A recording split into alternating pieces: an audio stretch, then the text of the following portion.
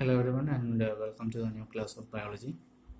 In the previous class we discussed about various processes through which the different methodologies include like uh, like the pollination process that takes place through the help of various pollinating agents like water, uh, air as well as animals. Now we will just discuss a small topic. उसके बाद एक छोटा सा नहीं, थोड़ा interactive, एक interactive इस हिसाब से कि उसमें पूरी तरह से एक प्रेजेंस होना चाहिए आप लोगों का. ये समझ लेना आप लोग कि it's an important thing, it's an important topic. जो अगला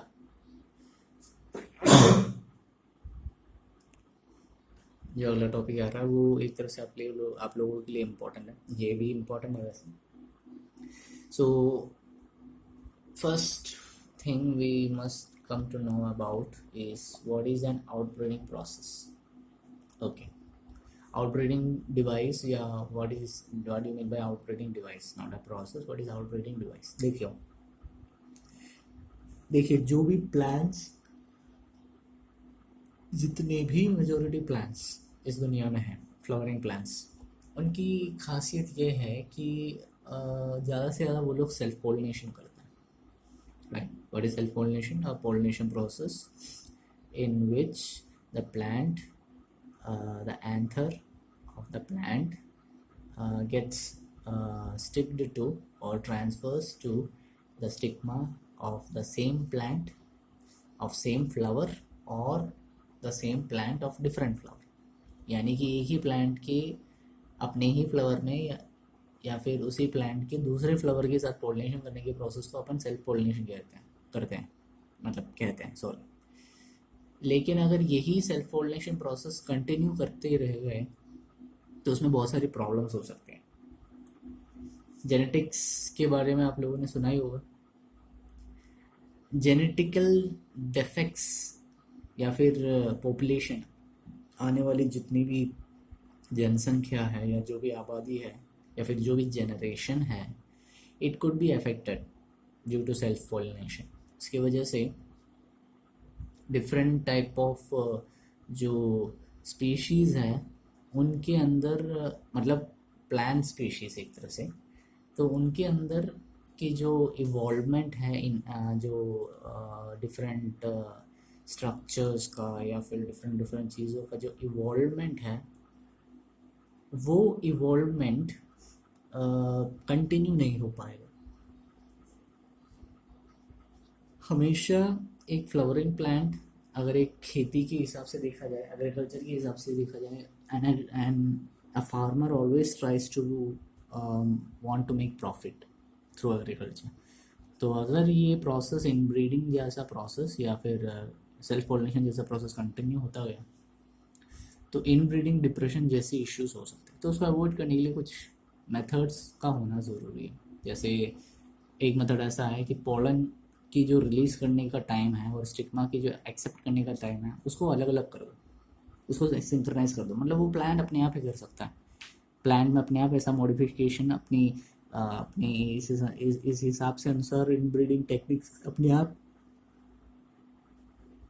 प्लांट ने डेवलप किया है कि अगर एक टाइम पे पोलन मैच्योर हो रहा है तो स्टिग्मा उसको रिसीव नहीं करेगा, और अगर एक टाइम पर स्टिग्मा मैच्योर हो रहा है तो पोलन उस एंथर से बाहर नहीं निकलेगा. तो ऐसी टेक्निक्स प्लांट्स ने अपने आप डिवाइस कर लिया है. ये एक आउटब्रीडिंग डिवाइस कह सकते हैं. आउटब्रीडिंग मतलब क्रॉस पोलिनेशन एक तरफ से, या फिर सेल्फ पोलिनेशन को डिसकंटिन्यू कराने का एक तरीका कह सकते हैं. दूसरा तरीका है एंथर और स्टिग्मा को अलग अलग पोजीशंस में रखना. इस हिसाब से अगर करेंगे तो पोलन अपने ही फ्लावर के स्टिग्मा के साथ कांटेक्ट में नहीं रहेगा. तो this is another method where you can place the anther and stigma at different positions, and both these processes help to avoid autogamy, है ना. ऑटोगैमी जानते हैं हम लोग, सेम फ्लावर के साथ, अपने ही प्लांट के सेम फ्लावर में क्रॉस पोलिनेशन प्रोसेस कराना, that is known as autogamy, right. Then comes the process of self incompatibility. Actually ये एक जेनेटिक प्रोसेस है. इसमें होता क्या है, जो फ्लावरिंग प्लांट होता है, अगर उसके उस फ्लावरिंग प्लांट में पोलन मौजूद है, then what does the flowering plant does, it tries to inhibit the growth of pollen tube. ये जो pollen tube का जो ग्रोथ है वो अपने ही प्लांट में, अपने ही प्लांट के पिस्टिल में ग्रो कराने का जो ज़रिया रहता है अपना प्लांट का, वो धीरे धीरे करके कम करा देता है, मतलब स्टॉप करा देता है. मैक्सिमम प्लांट अपने ही शरीर के अंदर पोलन ट्यूब को ले जाने से रोकने की कोशिश करेगा into the pistil. So that is known as the self incompatibility. Okay.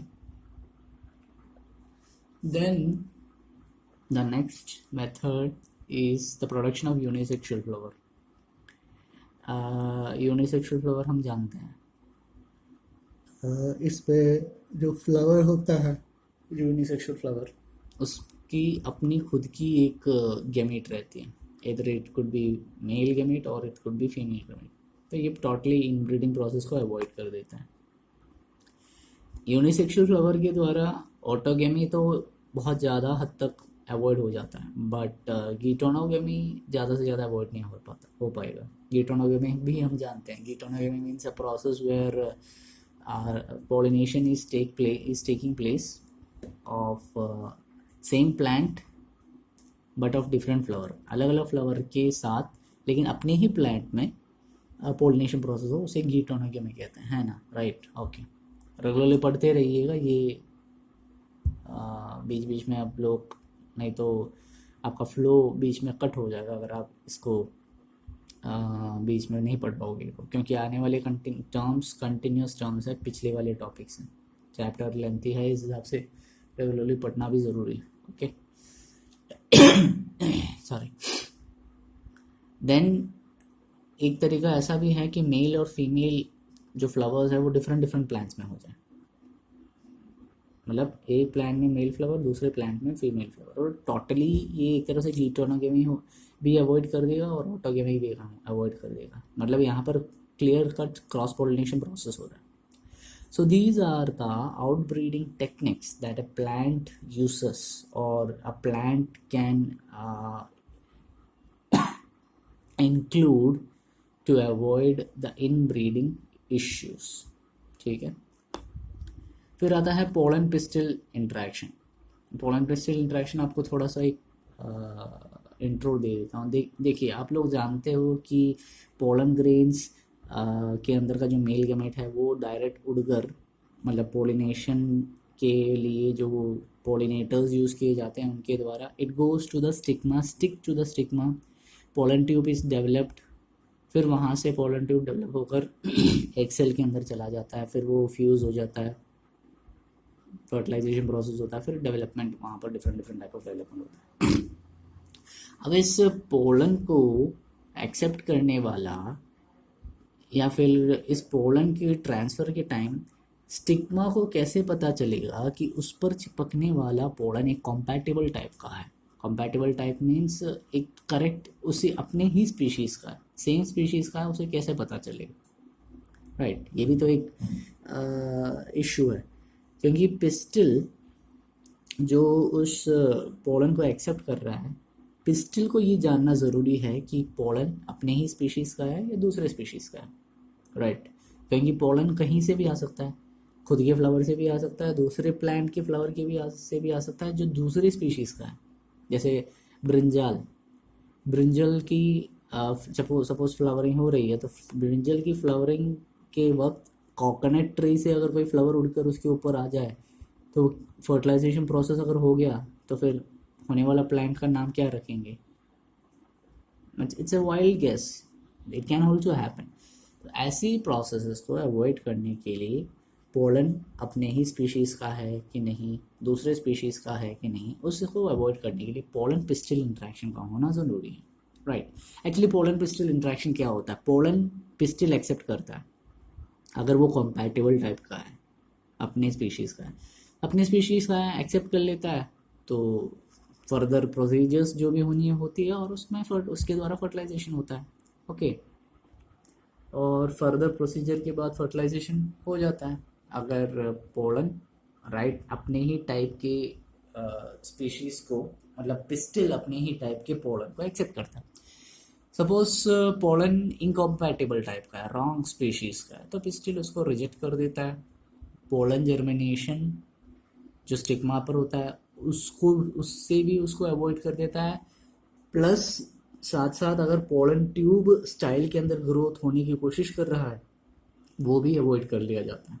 Okay, तो how does this happen actually, that pistil has got this ability to understand, either to accept or to reject the pollen, is done by a certain continuous chemical interaction of pollen by the with the pistil. ये जो pollen grain रहता है ना, उसमें बहुत सारी chemical substances मौजूद रहते हैं, और यही केमिकल सब्सटेंस जब स्टिग्मा के ऊपर आके चिपक जाता है, सपोज चिपक गया, अब चिपके बिना तो पता नहीं चलेगा ना कि पिस्टल उसको एक्सेप्ट करेगा कि नहीं करेगा। हवा में तो जाके पोलन और पिस्टल जाके बात तो नहीं कर सकते। It has to be closely, it has to closely come together, right. So उस प्रोसेस को कंटिन्यू करने के लिए उससे मतलब क्लोजली जब आता है पिस्टल, जब स्टिग्मा पोलन जब स्टिग्मा के ऊपर अपने जो पिस्टल रहता है प्लांट का उसके ऊपर चिपकता है, तो वहाँ पर एक सीरीज ऑफ केमिकल इंटरेक्शंस होता है पोलन और पिस्टल के साथ। उस पोलन पिस्टल इंटरेक्शन के द्वारा पिस्टल को पता चलता है कि if that particular pollen is of same species, is of compatible type, या फिर ऑफ डिफरेंट स्पीशीज और इनकम्पैटिबल टाइप। कभी कभार पोलन यह भी देखता है कि अपने ही स्पीशीज़ का है, ओके ठीक है, लेकिन अपने स्पीशीज़ के होने के साथ साथ is it a good quality of pollen, मतलब ये भी तो देखना होगा। अपनी स्पीशीज़ का है, ओके ठीक है, लेकिन क्या उसकी क्वालिटी अच्छी है? ऐसा नहीं है कि कोई भी एरा गेरा के पोलन को जाके फर्टिलाइज कराने की परमिशन दे दें। ये भी देखना ज़रूरी है कि if that pollen is of a good quality, ये भी देखा जाता है बाय द पिस्टल। वो भी इस पर्टिकुलर केमिकल इंटरेक्शन के द्वारा ही होता है। इस सबसे इंटरेस्टिंग वाली बात जो इस पोलन पिस्टल इंटरेक्शन का है कि इसकी जो डिस्कवरी हुई थी वो कुछ रिसेंट सालों में हुई थी, तो अभी भी इसके बारे में बहुत सारी चीज़ों का डिस्कवरी करना, बहुत सारी चीज़ों को जानना ज़रूरी है। तो इसमें थोड़ी लिमिटेशन है जो हम पढ़ रहे हैं, उतना डिटेल इन डेप्थ नहीं पढ़ रहे हैं। There is a limitation in what we are studying about the pollen pistil interaction currently. Okay, so एक फिगर है छोटा सा 2.12 फिगर, उसका सी पार्ट 2.12 सी वो आप बना लेना। उसमें कुछ नहीं है, जस्ट एक छोटा सा अपना ओवरी दिखा के रखा है, मटका टाइप का है। उसके ऊपर जो स्टिग्मा है उसके ऊपर पोलन ग्रेन्स आपके चिपके हुए बैठे रहते हैं। कोई एक पोलन ग्रेन पोलन ट्यूब बना लेता है और वो अपने जो ओव्यूल है उसके साथ फ्यूज़ कर लेता है। ओव्यूल का स्ट्रक्चर अपन जानते हैं, ऊपर का टाइप, ऊपर का जो 3 सेल है, इट्स पढ़ाया गया है ओव्यूल, मैच्योर्ड ओव्यूल की कैटेगरी। और matured ovule is of 8 nucleus 7 cell category का है। 3 सेल्स ऊपर होते हैं which is known as antipodals, बीच में 2 सेल्स होते हैं जिसको कहा जाता है पोलर मतलब सेंट्रल सेल, उसके अंदर 2 न्यूक्लियस होते हैं, पोलर न्यूक्लियर कहा जाता है। 3 नीचे सेल होते हैं, एग अपैरेटस के नाम से जाना जाता है, 2 सिनर्जिट्स और एक एग सेल। और इन्हीं के पास क्या पाया जाता है, हाँ filiform apparatus, right. Filiform apparatus यहाँ पर अपने एक सेल में पाया जाता है, राइट। एग अपैरेटस के पास पाया जाता है। ओके, ऊपर वाला पार्ट, नीचे वाला पार्ट अपना अपना नाम है। ऊपर वाले पार्ट को जाना जाता है छलाजल एंड, नीचे वाले पार्ट को जाना जाता है माइक्रोपाइलर एंड। डायग्राम उल्टा पढ़ाया गया है इसलिए ताकि आसानी से समझ में आ सके, यहाँ पर उल्टा आएगा, ये ध्यान में रख लेना। ओके, हाँ, तो हम ये जानते हैं कि जो पोलन ग्रेन्स है, पोलन ग्रेन्स के बारे में भी थोड़ा रिवाइंड कर लेते हैं। 2 सेल्ड वाला स्ट्रक्चर रहता है ज़्यादातर, वेजिटेटिव सेल भी रहता है, जनरेटिव सेल भी रहता है। जैसे ही जनरेटिव सेल का मतलब एक मैच्योरिटी अटेन कर लेता है तो जनरेटिव सेल डिवाइड हो जाता है, 3 सेल वाला पोलन ग्रेन बन जाता है। जनरेटिव सेल माइटोसिस के द्वारा 2 सेल में डिवाइड हो जाता है, 2 मेल गेमेट्स में, मतलब 3 वहाँ पर सेल रहते हैं पोलन ग्रेन्स में, एक वेजिटेटिव सेल और 2 कौन से सेल्स, मेल गेमेट्स, राइट। तो यहाँ पर वही चीज़ बताई गई है, जो पोलन ग्रेन्स रहता है अपना जो 2 सेल कंडीशन रहता है, वो 2 सेल कंडीशन में पोलन ग्रेन्स बाहर निकल जाता है, मतलब एंथर से बाहर निकल जाता है। और जैसे ही बाहर निकल जाता है जनरेटिव सेल अपने उस जनरेटिव सेल की डिवीजन करा देता है माइटोसिस के द्वारा, तो 2 मेल गेमेट वहाँ पर बच जाते हैं। पोलन ट्यूब जब स्टिग्मा पर आके स्टिक होता है तो वो स्टार्टिंग से ही 2 मेल गेमेट्स उसमें मौजूद रहते हैं। धीरे धीरे करके अपनी कॉम्पैटिबिलिटी के हिसाब से पोलन ट्यूब डेवलप होता है, ओव्यूल तक पहुंचता है, माइक्रोपाइलर एंड तक आता है। माइक्रोपाइलर एंड में जो फिलीफॉर्म अपैरेटस है उसके द्वारा सिनर्जिट्स के अंदर एंटर करता है।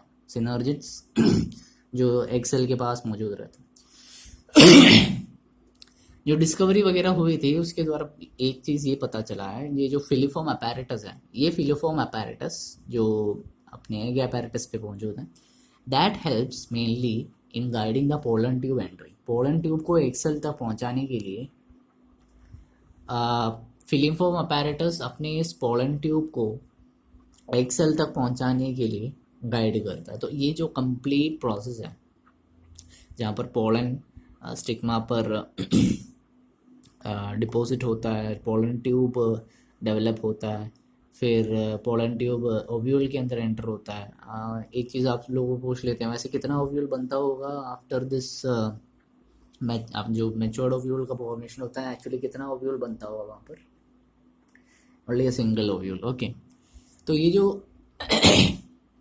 ओव्यूल बनता है वो ओव्यूल फिर बाद में पोलन के साथ इंटरेक्शन करने का जो प्रोसेस रहता है उसे कहते हैं पोलन पिस्टल इंटरेक्शन, ओके। तो उतना था पोलन पिस्टल इंटरेक्शन, ओके। ये जो आने वाला टाइम है या फिर ये जो आने वाला इरा है, different different type of processes पर मेंटेन करता है। आज के ज़माने में ऐसी कोई भी चीज़ नहीं होती है जो इंसानों द्वारा नहीं हो पाता। इवन प्लांट की जो रिप्रोडक्शन प्रोसेस है वो भी हम कंट्रोल कर सकते हैं, राइट। तो